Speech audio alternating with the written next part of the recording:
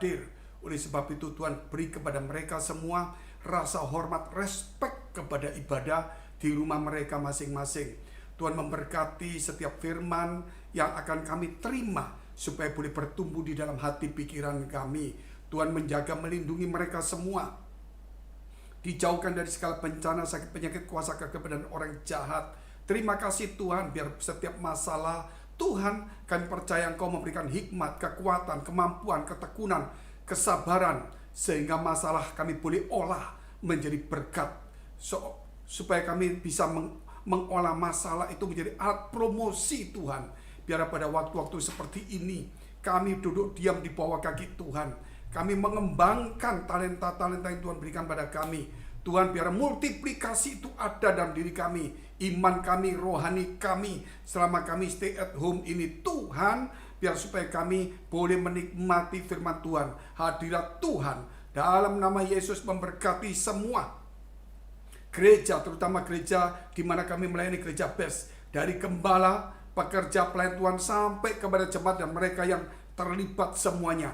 Mereka punya masalah, persoalan, hutang piutang, sakit penyakit, pergumulan Tuhan, maupun apa saja, kami percaya Tuhan Engkau memberikan jalan keluar, memberikan kekuatan, hikmat kepada setiap mereka. Demi nama Tuhan Yesus kami siap mendengarkan firman-Mu. Haleluya, amin, amin, amin. Shalom saudara dikasihi Tuhan, puji Tuhan.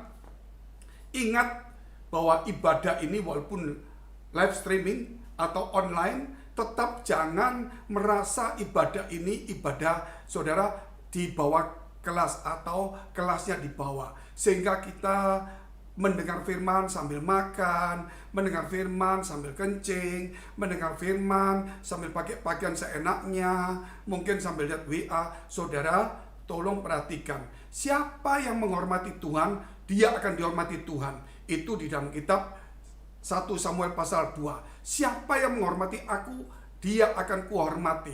Seorang saudara yang menghormati Tuhan, sungguh-sungguh menghormati, maka Tuhan mengangkat dia tinggi-tinggi, sehingga Tuhan bisa menghormati dia. Siapakah manusia ini, saudara, yang sampai Tuhan mau menghormati kita, yang lemah, terbatas, sering salah, hati kita sering kotor, pikiran kita kotor, sering jatuh, saudara, sering dusta. Tetapi kalau kita mau menghormati Tuhan, Tuhan menghormati kita. Puji Tuhan, mari kita sambung pelajaran kita atau ibadah ini, yaitu di dalam kitab Lukas 24, ayat yang ke-44, sampai dengan ayat yang ke-49. Saya akan potong-potong per ayat, karena ada 4 poin yang akan kita pelajari tentang kebangkitan Yesus. Ini secara kronologis kebangkitan, sampai nanti kita akan masuk di dalam kenaikan Yesus, sampai kepada Pentakosta, saudara. Haleluya. Saya bacakan dulu Lukas 24 ayat 44. Ia berkata kepada mereka, inilah perkataanku yang telah kukatakan kepadamu ketika aku masih bersama-sama dengan kamu, yaitu bahwa harus digenapi semua yang ada tertulis tentang aku dalam kitab Taurat Musa dan kitab nabi-nabi dan kitab Mazmur. Ini luar biasa, saudara. Dan kalau lihat poin pertama itu, Yesus menggenapi kitab para nabi. Sudah jangan ada lagi bimbang. Kalau Yesus menggenapi kitab para nabi, siapakah Yesus itu? Mungkin saudara mau bandingkan, Musa lebih tinggi karena mujizatnya besar. Yesus juga banyak membangkitkan orang mati. Saudara, lahir dari Roh Kudus, dia bangkit dari kematian, dia mengampuni dosa, menyembuhkan, ngusir setan. Saudara lihat seperti itu. Bahkan kalau kita melihat Yesus Kristus bisa mendatangkan Musa dan Elia. Siapakah Yesus itu sesungguhnya? Sampai Yohanes Pembaptis berkata, aku buka tali kasutnya pun tidak layak. Buka tali kasutnya tidak layak.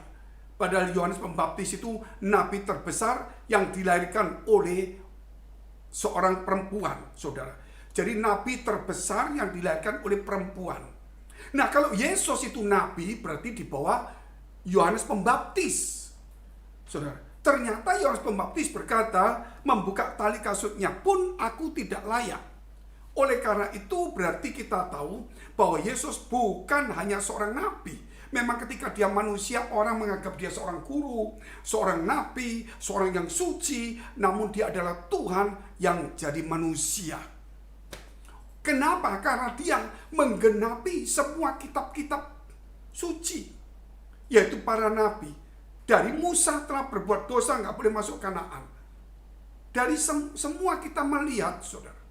Tetapi Yesus Kristus, bahkan ketika dia mati tanpa salah, dia bisa membawa seorang penjahat di sampingnya ke Firdaus. Siapakah Yesus ini?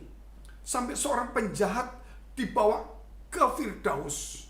Padahal penjahat satunya yang tidak mengakui kesalahannya, dia tetap tidak dibawa. Siapakah Yesus itu? Yesus itu menggenapi kitab para nabi. Kita mau melihat di dalam kitab Matius 22. Kita lihat dulu ayat yang ke-37. Saya bacakan. Jawab Yesus kepadanya, "Kasihilah Tuhan Allahmu dengan segenap hatimu dan dengan segenap jiwamu dan dengan segenap akal budimu." 38. Itulah hukum yang terutama dan yang pertama. 39. Dan hukum yang kedua yang sama dengan itu ialah kasihilah sesamamu manusia seperti dirimu sendiri. 40. Pada kedua hukum inilah tergantung seluruh hukum Taurat dan kitab para nabi.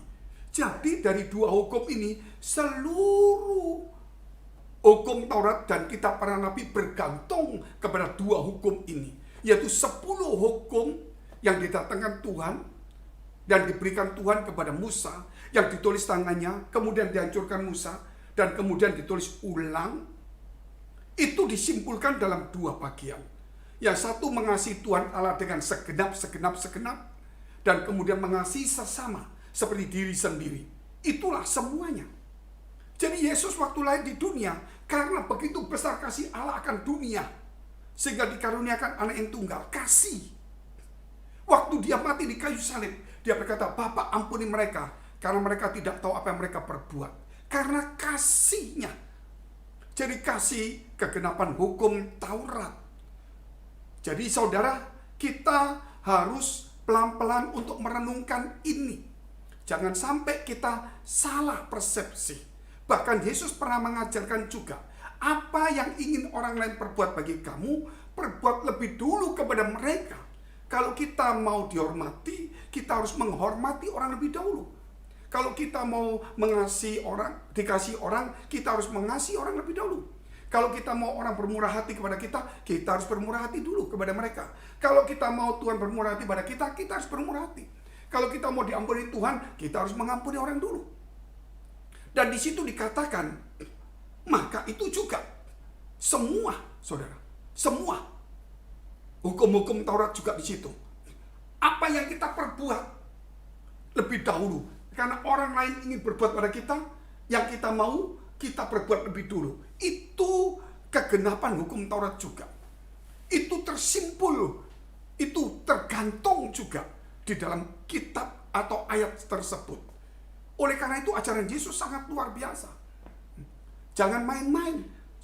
Karena apa? Karena Yesus kegenapan hukum Taurat. Waktu Yesus turun ke dunia, dia berkata, "Dosamu diampuni."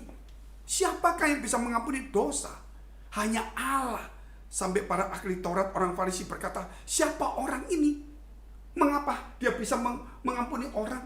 Berarti dia menyamakan dirinya dengan Allah. Dia menghujat Allah. Dia menggenapi hukum Taurat. Ketika kita lihat tabut atau tabernakel, di mana ada pelataran, ada ruang kudus, ada ruang maha kudus, dan tabut perjanjian di dalamnya. Di ruang maha kudus ada tirainya. Tidak boleh ada satupun orang masuk.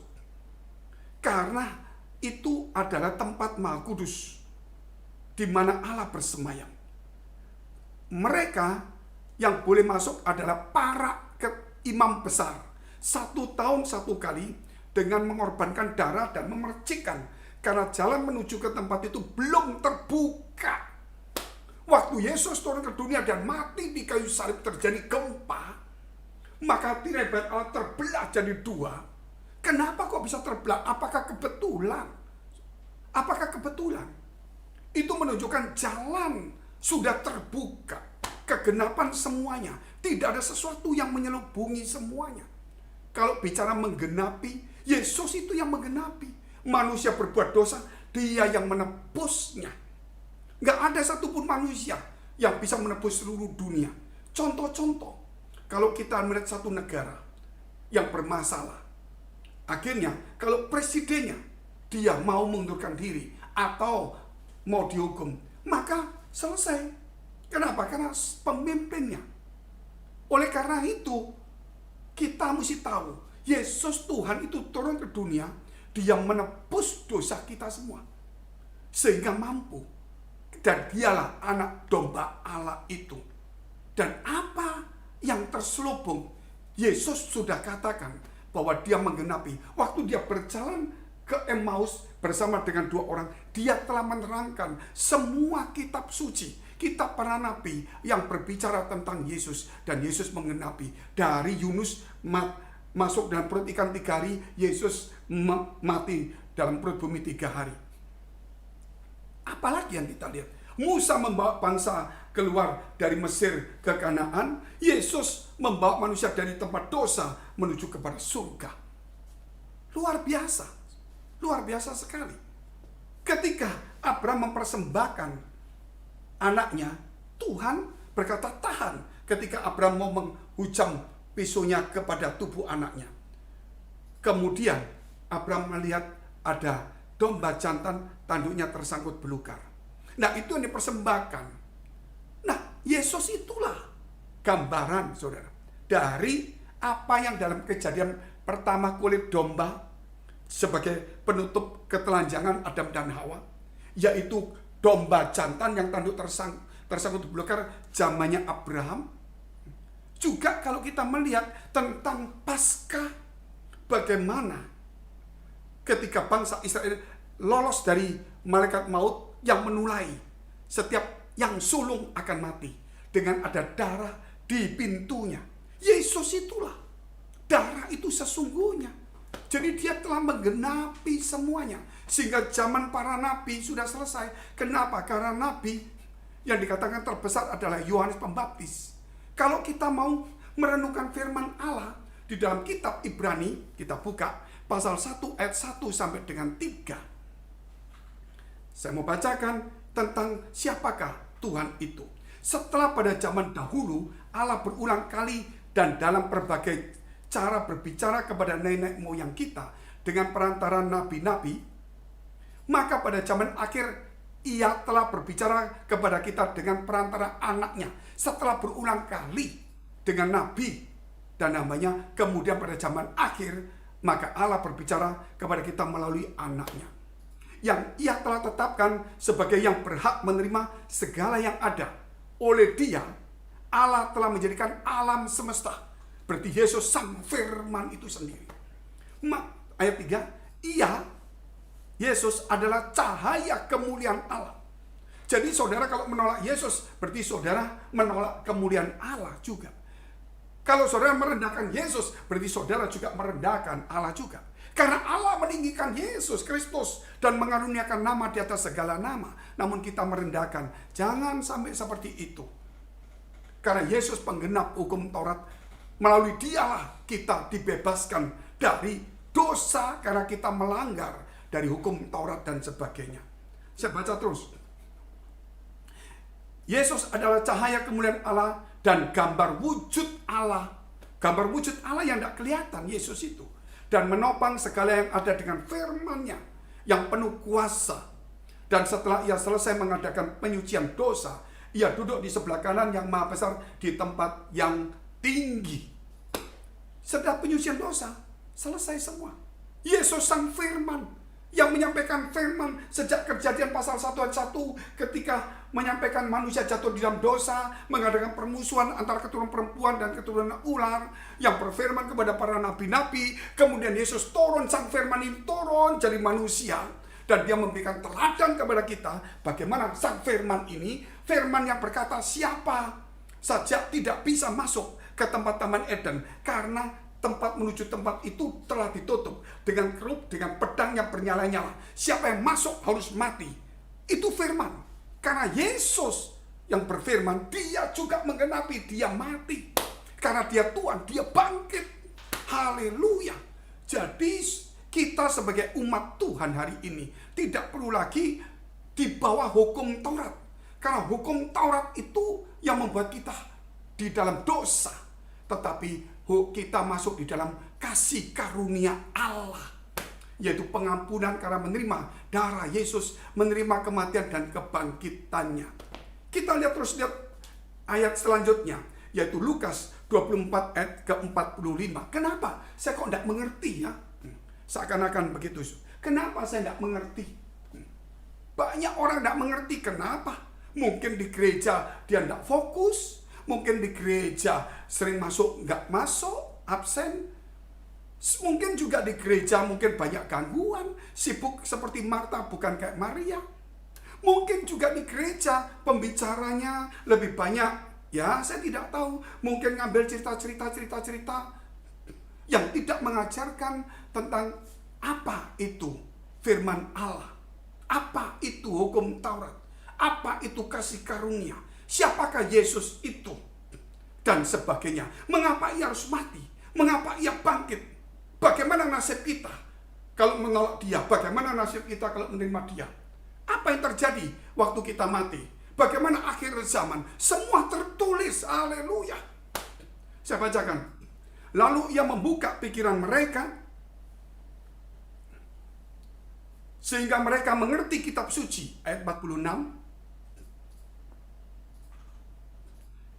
Katanya kepada mereka, ada tertulis demikian, Mesias harus menderita dan bangkit dari antara orang mati pada hari yang ketiga.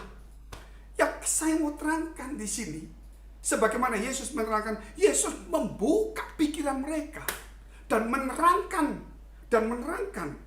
yang tertulis bahwa Mesias harus menderita dan bangkit dari antara orang mati pada hari ketiga. Semua sudah tertulis. Yesus itu menggenapi. Bahkan waktu dia mati, kiri kanannya ada penjahat, tertulis juga. Bahkan tangannya, bahkan tulangnya tidak dipatahkan, juga tertulis juga. Luar biasa sekali. Oleh karena itu jangan sampai tidak percaya.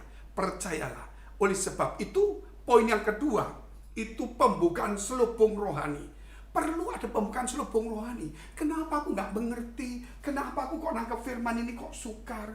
Kenapa? Karena kita sudah biasa mendengar hal-hal yang duniawi, yang menyenangkan. Nggak mau pelajaran. Kita mau dengarkan cerita, berkat-berkat mujizat, kesaksian-kesaksian orang itu membangkitkan iman. Tapi iman yang bagaimana yang kita bangkitkan kalau kita tidak mengerti Yesus secara utuh? Cuma kita tahu bahwa Yesus Tuhan bisa menyembuhkan. Hanya itu. Terus bagaimana? Banyak orang tanya, dia tidak mengerti. Orang tanya, kenapa Yesus mati? Katanya Yesus tidak mati. Katanya Yesus tidak bangkit. Yesus itu bukan Tuhan. Gak bisa jawab semua. Padahal kita ada Roh Tuhan, Roh Kudus, yang harus memberikan jawaban kepada setiap orang. Memberikan pertanggungan jawab atas kepercayaan kita. Atas iman kita ini. Jangan sampai kita ini ke gereja hanya cuman setor muka. Nggak bisa. Nggak bisa. Kenapa? Karena kita melihat pembukaan selubung rohani. Yesus membuka pikirannya. Saya ingin supaya kita ini semua pikiran kita dibuka. Kalau kita nggak dibuka, nggak bisa. Banyak hal-hal yang Tuhan bisa singkapkan. Kalau kita tidak mengerti, kita bertanya. Maka Roh Kudus akan menyingkapkan. Tuhan akan menyingkapkan semua kebenaran itu.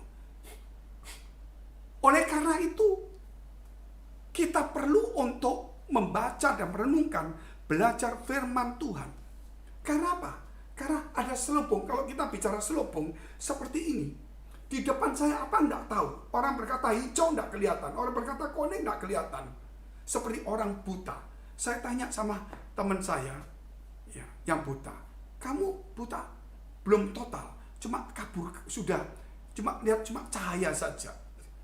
Terus Kalau lihat ada orang, ya lihat cuma ada bayang-bayang. Seperti apa? Seperti ada selaput. Ada selaput. Sama seperti orang ada katarak.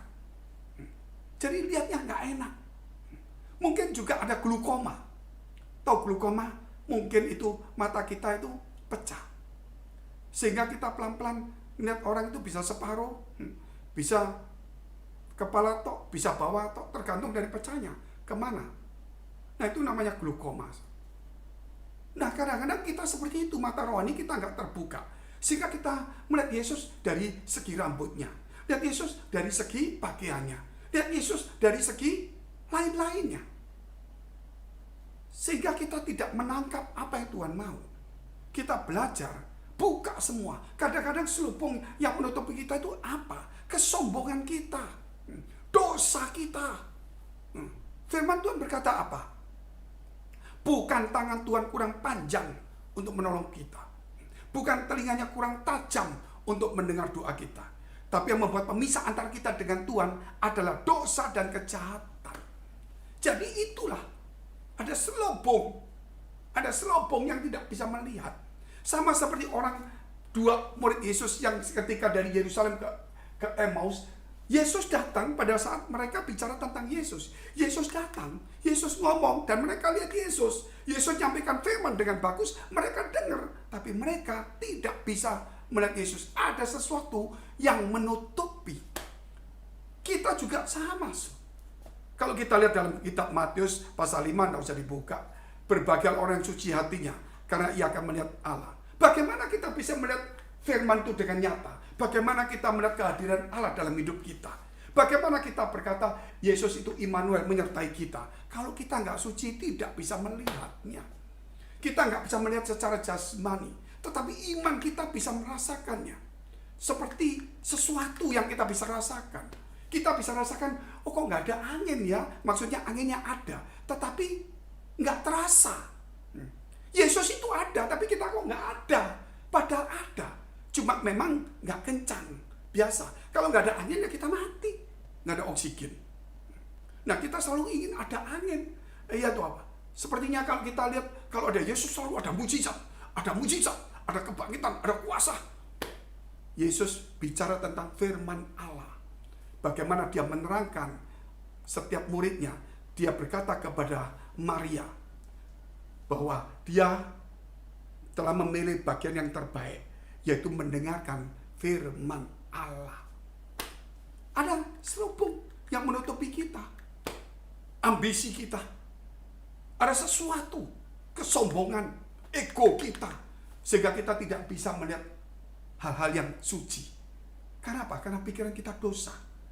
Bayangkan saudara, saya ini ketika sedang memikirkan sesuatu. Tema khotbah ini, ayat ini, Matius ini, jalan. Di depan saya ada orang yang saya kenal.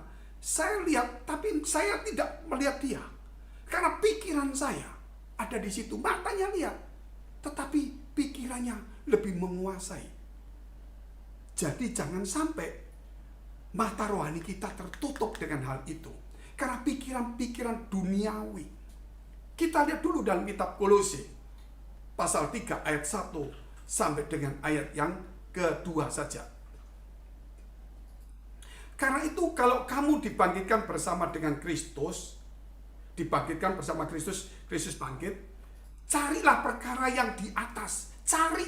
Kalau orang cari pasti nemu. Kalau kita nggak cari ada sesuatu kita nggak akan tahu. Karena kita nggak cari. Di mana Kristus ada, duduk di sebelah kanan Allah. Ayat 2. Pikirkan perkara yang di atas, bukan yang di bumi. Saya yakin kalau kita mencari perkara di atas, kita memikirkan yang di atas, bukan yang di bumi. Sehingga firman Tuhan berkata, carilah kerajaan surga dan kebenarannya, maka semua ditambahkan kepadamu. Saya kalau 1 minggu, 1 bulan, kalau ada sesuatu, kalau Tuhan nggak kasih sesuatu rema, atau penglihatan, atau mimpi, atau pernyataan Tuhan, rasanya gelisah. Kenapa ya? 2 minggu ini gereja ada masalah ini, mungkin soal keuangan, mungkin soal masalah dengan pekerja, mungkin masalah dengan lingkungan, mungkin masalah dengan pengelola kita kena sewa, mungkin masalah ya banyak hal.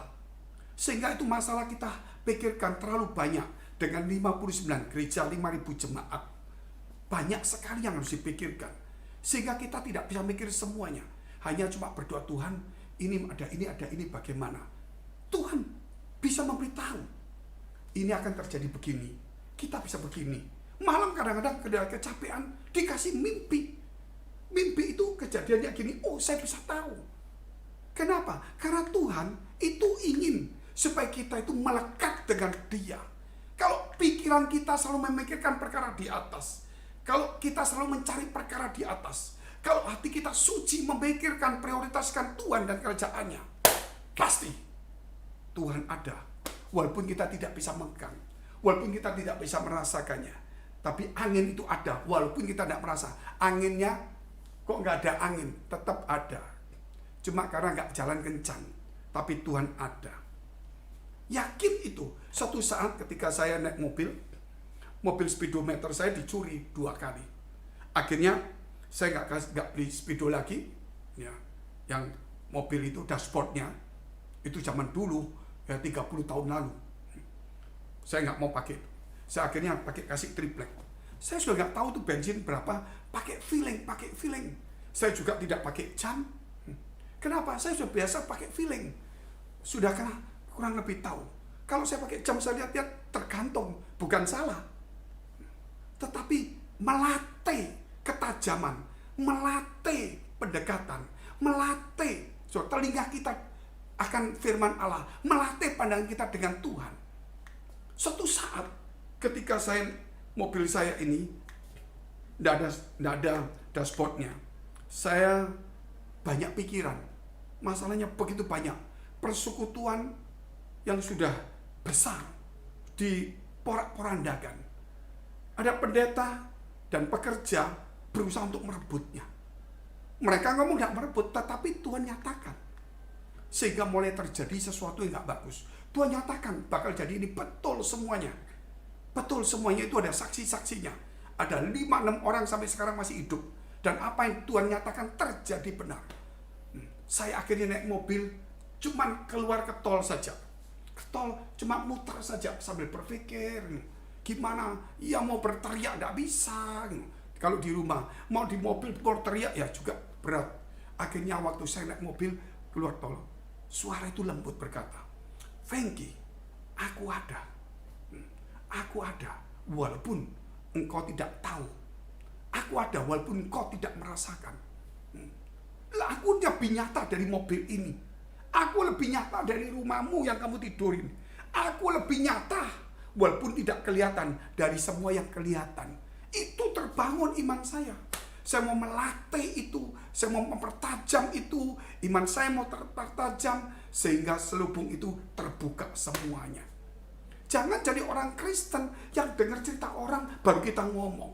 Begitu ada kejadian, mungkin ada virus, oh virus ini, sudah mulai ngomong. Sebelum kejadian, kalau bisa Tuhan sudah memberitahu kepada kita. Sebelum masalah, seperti kejadian virus COVID-19 ini. Januari saya khotbah, Februari khotbah, belum masuk di Indonesia. Sampai jemaat di mana saya melayani, aduh, Pak Fengki kok khotbah virusnya. Saya bawa koran saya bukan dari WA. Ini harus cuci tangan. Ini bentuknya kena dari hidung, mata, dan mulut. Harus hati-hati. Sebelum kejadian, harus jaga jarak, harus pakai masker. Kalau ngomong, kalau batuk, kalau mau bersin, tutup mulut, cuci tangan. Saya sampai ngomong gitu belum kejadian di Indonesia. Semua orang bilang, waduh, saya kok dengar begini kok menakutkan. Saya makin takut dengar khotbah itu. Begitu bulan Februari selesai, Maret masuk, saya tidak khotbah lagi. Baru kemudian Indonesia kena. Mulai semua orang khotbah di TV semua. Saudara boleh melihat di dalam YouTube-nya. YouTube itu Februari. Sudah ada bagaimana harus cuci tangan. Itu sudah ditayangkan Februari. Sekarang saya tidak bicara itu, tapi semua gereja, semua pendeta, semua orang, semua koran, semua TV ngomong seperti itu. Terus ada mungkin juga antara kita mungkin, oh ini bakal ini, oh ini bakal ini, bernubuat sepertinya dari Tuhan, padahal itu ya dibuat-buat. Kalau dari Tuhan itu belum kelihatan nampak, sudah bicara. Pada saat itu malah belum ada yang mati. Saya khotbah itu belum ada mati. Maksudnya yang di luar negeri belum ada mati. Baru di negara Tiongkok saja. Saya ngomong akan ada mati di luar negeri. Bahkan juga di Singapura. Saya juga bicara, nyampaikan bahwa nanti wabah ini akan besar di Eropa. Dan di Amerika akan lebih besar lagi. Setelah itu Indonesia dan sebagainya pelan-pelan akan reda. Saudara boleh lihat itu di khotbah-khotbah. Waktu saya khotbah di Jakarta, di Gereja Bes Pantai Indah Kapuk. Kalau mau lihat kemungkinan bisa cari panitianya atau pekerjanya, bisa cari rekaman khotbahnya. Nah, ini yang harus pertajam telinga, pertajam mata rohanimu. Makanya kadang-kadang kita harus duduk sendirian.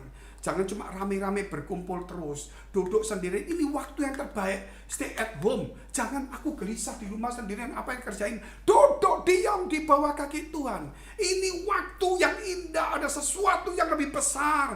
Mungkin kita punya bencana, kita punya masalah besar, tetapi ada sesuatu yang lebih besar daripada masalah kita. Dan ini yang besar ini akan menyelesaikan segala masalah kita, yaitu Yesus Kristus. Kita lihat poin yang ketiga. Lukas 24 ayat 47. Dengan judulnya Nama Yesus. Dan lagi Yesus ceritakan, dalam namanya berita tentang pertobatan dan pengampunan dosa harus disampaikan kepada segala bangsa mulai dari Yerusalem. Dan dalam namanya, nama Yesus, berita tentang pertobatan dan pengampunan dosa harus diberitakan semua bangsa. Saya kagum juga lihat bagaimana pendeta-pendeta penginjil datang ke Indonesia memberitakan Injil. Sehingga kita juga bertobat. Saya kagum juga ada dari Eropa pergi ke negara Tiongkok. Hudson Taylor, dia menyampaikan firman dengan berbagai model ala Tiongkok, banyak orang bertobat. Tetapi zaman sekarang, biarpun negara itu negara Kristen, biarpun sebelum apa-apa dia berdoa, mungkin DPR MPR-nya berdoa, tetapi bahkan kita melihat negara-negara lain tidak ditolong, mungkin dijajah atau dipersulit dengan sanksi dan sebagainya.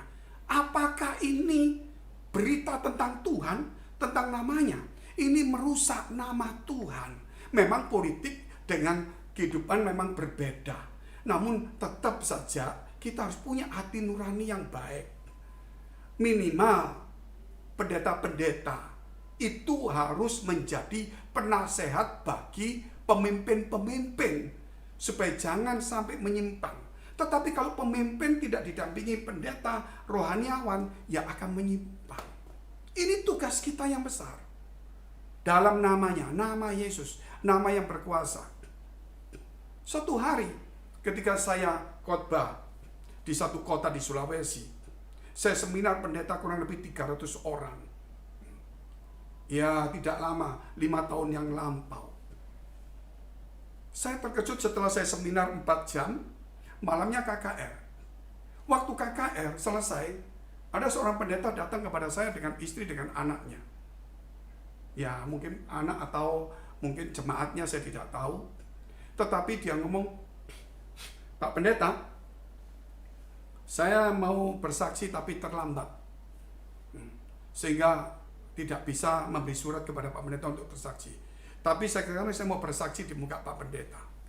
Waktu Pak Pendeta seminar tentang nama Yesus, saya ini tinggalnya di kabupaten.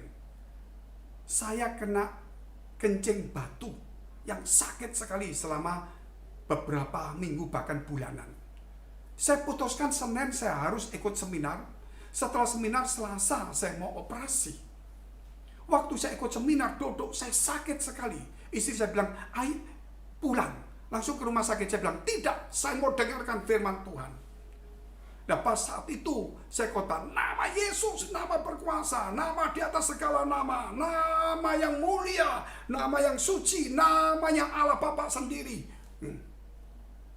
Dia mendengar gitu. Nama Yesus jangan di bawah dari semua nama. Nama Yesus harus di atas semua nama. Nama gereja harus di bawah Yesus. Nama denominasi kita harus di bawah Yesus. Nama besar kita, nama mobil kita, rumah kita, pangkat kita, apalagi. Bahkan nama will juga harus di bawah Yesus. Kalau di bawah Yesus berarti kita mesti lepaskan semuanya. Tapi kalau ini nama di atas nama Yesus, maka pasti kita akan terikat dosa. Termasuk hobi dan sebagainya. Mamon harus di bawah Yesus. Setelah saya khotbah itu, apa yang terjadi? Setelah Bapak itu terkhotbah begitu, saya jam 3 selesai, saya kencing gak kuat waktu di rumah. Saya berdoa, itu di rumah siapa saya tidak tahu. Cuma dia cerita waktu di rumah. Di akhir waktu kencing dia sakit, aduh, biasa dia berteriak aduh. Kali ini dia berkata, Yesus, Yesus, Yesus, nama di atas segala penyakit. Batu itu keluar, tajam, kurus, kayak tusuk gigi separuh. Dia melintang sakit, tapi ini keluarnya seperti itu. Kaget batunya, langsung keluar. Nama Yesus harus di atas masalah kita, supaya jangan sampai kita menjadi stres karena masalah. Nama Yesus harus di atas segala kesulitan, aniaya. Sehingga waktu kita dianiaya pun, kita tetap mengucap syukur. Nama Yesus harus di atas penyakit kita. Kenapa? Karena jangan sampai kita sakit terus kita mengeluh tidak mau pelayanan. Nama Yesus harus di atas segala sesuatu. Kita lihat dulu dalam kitab Filipi pasal 2. Orangnya akhirnya sembuh juga. Nama Yesus. Kita lihat dulu Filipi pasal 2. Yesus Kristus, ayat 5-nya itu, nggak usah saya baca yang terakhir.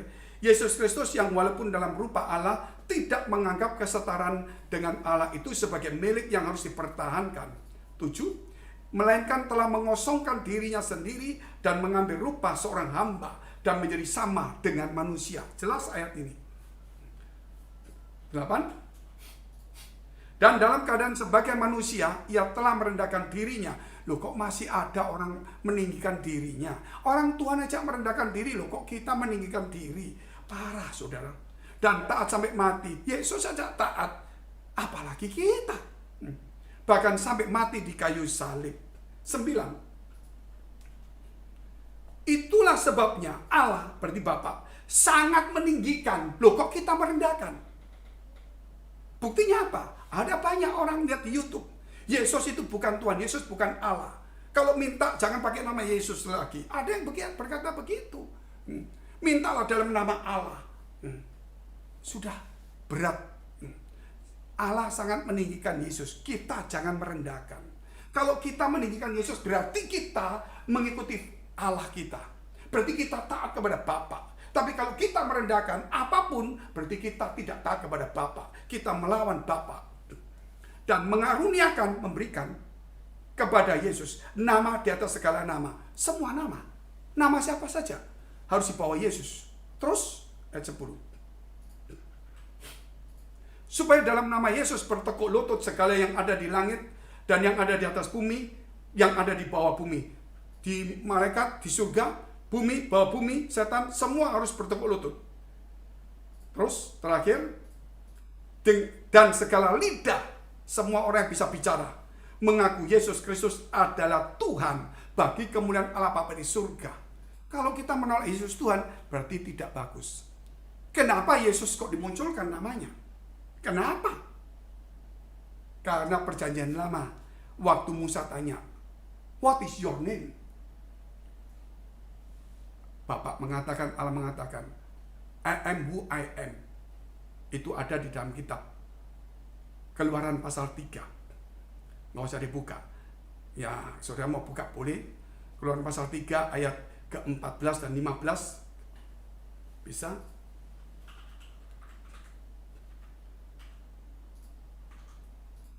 Firman Allah kepada Musa, I am who I am. Eye eser eye aslinya. Lagi firman-Nya begini, kau katakan kepada Israel, akulah aku telah mengutus aku kepadamu. Sampai di sini. Ketika Musa tanya, siapa namamu? Aku adalah aku. Tidak jawab nama. Ketika juga papa daripada Simpson tanya, siapa namamu? Nama itu ajaib. Yakub juga pernah tanya nama. Apakah engkau juga menanyakan namaku? Tuhan tidak memberi namanya. Kenapa? Sampai Yesus turun ke dunia, itulah namanya. Sehingga ada ayat mengatakan, nama Yesus di atas segala nama, baik yang di langit. Oleh sebab itu Allah tidak pernah memberikan namanya dulu. Kalau dia memberikan namanya dulu, berarti di bawah nama Yesus. Dan Yesus itu nama Allah itu sendiri. Kita lihat dulu firman Tuhan dalam kitab Yohanes 17 ayat 11 dan 12. Sehingga kalau saudara tahu ini, satu nama yang ada di kolong langit ini, Kisah Rasul 4 ayat 12, kalau sudah dibuka, yang olehnya kita boleh selamat. Karena tidak ada satu nama pun di bawah kolong langit ini yang olehnya kita boleh selamat. Kecuali satu nama, Yesus Kristus. Yakin. Dan ini dikatakan, waktu Yesus berdoa kepada Bapaknya, dan aku tidak ada lagi di dalam dunia, tetapi mereka masih ada di dalam dunia. Dan aku datang kepadamu ya Bapa yang kudus, peliharalah mereka dalam namamu, yaitu namamu yang telah engkau berikan kepadaku, supaya mereka menjadi satu sama seperti kita. Ya, pelihara mereka dalam namamu, yaitu namamu yang telah kau berikan kepadaku. Ini ada 3 kali dalam Yohanes 17 ini. Yang kedua kita lihat dulu. Yang ketiga saudara lihat di bawahnya ada ayat 20 lebih. Ayat 12 dulu. Selama aku bersama mereka, aku memelihara mereka dalam namamu. Yesus berkata kepada Bapaknya, yaitu namamu yang telah engkau berikan kepadaku 2 kali. 2 kali. Bahkan ada 3 kali. Kalau saudara mau lebih jelas lagi, ada begitu banyak ayat. Ada begitu banyak ayatnya. Tapi kita harus kembali kepada nama Yesus. Nama yang berkuasa. Jangan lagi kita mempromosikan nama gereja kita, nama siapa. Ayo kemanapun kita pergi, kita bicara Kristus Yesus. Yang kita ngomong gereja saya ini, ibadah saya begini, materi ini, tetapi lebih banyak ngomong Yesus. Coba kita amati di dalam khotbah-khotbah yang kita sering dengar, khususnya kepada jemaat ini. Lebih banyak orang bicara tentang nama Tuhan, Allah, Yesus, tentang kerajaan surga, kebenaran, atau bicara tentang dirinya.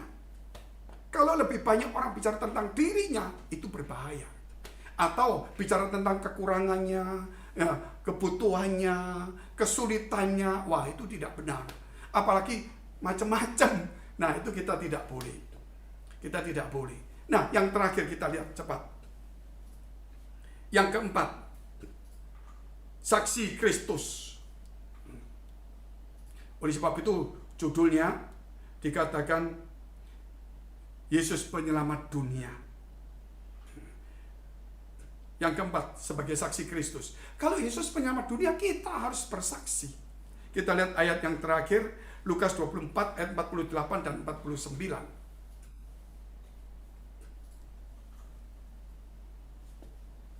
Kamu adalah saksi dari semuanya ini.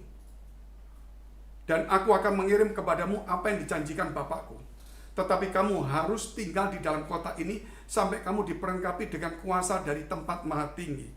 Ini bicara tentang Roh Kudus.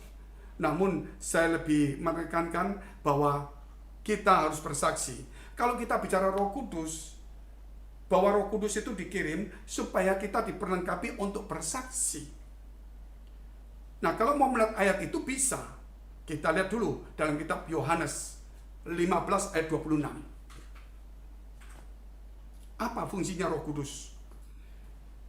Jikalau penghibur yang akan kuutus dari Bapa datang, yaitu Roh kebenaran atau Roh Kudus yang keluar dari Bapa, ia akan bersaksi tentang aku. Jadi jangan bicara tentang Roh Kudus terus, saudara. Memang benar Roh Kudus hebat sekali. Memang dia adalah oknum Allah juga. Tetapi apa fungsinya kepada kita? Kita ngomong Roh Kudus ada di dalam diri saya nih. Apakah kita nggak bersaksi tentang Yesus? Kita lebih banyak mendengar kesaksian-kesaksian bukan tentang Tuhan, bukan tentang firman, bukan tentang kebenaran, bukan tentang dosa, bukan tentang surga, bukan tentang pengampunan dosa, bukan tentang pertobatan. Lebih banyak bicara tentang hal-hal duniawi. Kita harus kurangi seperti itu. Karena waktu kita di dunia ini sangat pendek sekali. Kita harus bersaksi tentang Roh Kudus. Siapakah Roh Kudus itu? Roh Kudus itu berbentuk roh, tidak bisa dilihat, tapi dia ada. Dia seperti angin juga. Ada, namun tidak bisa dilihat. Bisa dirasakan kalau kencang hembusannya. Kalau biasa gini nggak kita rasa. Nah, manusia saya anggap itu seperti bambu. Ini satu contoh saja. Dan kita anggap Roh Kudus itu seperti angin. Memang dikatakan Yohanes pasal 3 seperti angin. Kemana dia pergi kita tidak tahu. Dan sebagainya. Kita lihat dulu. Bambu ini ada angin, tetap nggak ada apa-apa. Kita ini bambu. Maka sama Tuhan bambu itu dipotong. Kita ini dipangkas. Setelah itu digosok. Setelah itu dilobangin. Setelah dilobangin, mulai dikasih lubang kecil-kecil dulu. 1, 2, sakit 3, 4, 5, 6, 7, 8. Terakhir. Sudah digosok lagi. Itu ada ukurannya. Lubangnya ada ukurannya dan diukur tepat. Maka kemudian bambu itu jadi seruling. Sehingga ketika angin masuk, dia bunyi di do, re, mi, fa, so dan sebagainya. Itu ada ukuran. Bagaimana orang bisa mendengar angin ini? Bisa tahu ada angin ini? Bagaimana orang bisa mendengar Roh Kudus? Bagaimana orang bisa mengimpartasikan Roh Kudus? Kalau kita sebagai bambu tidak mau diproses, kita harus dipotong dari pokok kita, yaitu dari ego kita, dijadikan kecil supaya Tuhan semakin besar. Digosok, dilubangi, diproses. Prosesnya itu halus. Lobangnya itu mesti teratur. Yang untuk mulut ukurannya berapa, yang lobang ini berapa, jaraknya berapa. Tuhan itu teliti sekali untuk memproses kita. Kita mungkin kesakitan, tetapi ingat, sebenarnya kita menjadi barang, bukan lagi barang rosokan, tetapi sesuatu yang berharga. Oleh karena itu jangan menangis, jangan sedih, jangan menolak. Ketika Tuhan sedang memproses kita, prosesnya bukan untuk membunuh kita, bukan membuat kita sakit, bukan membuat kita semakin menderita, tapi prosesnya memang membuat kita ini sepertinya, aduh berat sekali Tuhan bebanku. Tetapi ada satu hal, bahwa Tuhan bekerja, memberi kepada kita, supaya kita berharga, dan orang akan melihat bukan lagi sesosok bambu yang akan dibuang, apalagi kecil, tetapi sesosok seruling yang indah dan bagus. Kita harus menjadi saksi Tuhan. Kalau kita membisu, berarti kita masih sebatang bambu, atau kita belum dilobangin. Mari tunduk kepala, kita mau berdoa kepada Tuhan. Biar Tuhan, Engkau sebagai juru selamat dunia, memberikan kepada kami pengertian bahwa Engkau telah menggenapi semua kitab para nabi. Engkau sedang membuka selubung rohani setiap kami, supaya melihat kebenaran firman Allah ini. Dan kami tahu bahwa nama Yesus, nama di atas segala nama. Biar kami mau bersaksi tentang Yesus, karena Engkaulah juru selamat dunia. Engkau memberkati setiap teman-teman kami yang mendengar saat ini. Kau sucikan hati pikiran kami, biar kami menangkap firman ini demi kebaikan kami sendiri. Supaya kami barang-barang yang tidak berguna di tengah hutan, mungkin di halaman yang tidak berguna, sebatang bambu yang kecil, tetapi di tangan Tuhan menjadi sesuatu yang berharga, yang cukup berharga dan menimbulkan suara yang indah. Bisa suara yang bisa mengalun dengan merdu, dengan nada-nada yang indah. Mengapa Tuhan banyak orang Kristen hanya mengeluh? Mengapa banyak orang Kristen hanya gosip dan fitnah? Mengapa banyak orang Kristen yang berdusta dan ngomong yang tidak-tidak? Karena mereka belum menjadi sebuah bambu, sebuah seruling yang indah. Biar mulai hari ini, setiap mulut-mulut kami, setiap perkataan kami diurapi oleh Tuhan. Biar kami tidak mengatakan yang sia-sia, yang sembarangan. Sehingga ketika pemimpin berkata ini, oh begitu, kita tidak boleh lancang untuk berbicara. Tetapi kita harus mendengarkan apa yang Tuhan mau kepada kita. Jangan suka komentar-komentar. Biar Tuhan kau tutup mulut kami yang buruk. Engkau berikan kepada kami hati yang bersih, yang suci. Supaya keluar dari mulut kami ada sesuatu yang suci, yang berharga. Engkau Tuhan memberi kepada kami kemampuan. Supaya setiap kami boleh belajar mengasihi Tuhan. Mengasihi sesama, mengasihi musuh-musuh kami. Karena itu kegenapan hukum Taurat. Bahkan apa yang ingin orang lain perbuat, kami perbuat lebih dahulu. Tuhan, kami mau mempertajam telinga kami, mempertajam mata rohani kami. Kami ingin merasakan kehadiran Tuhan. Walaupun Tuhan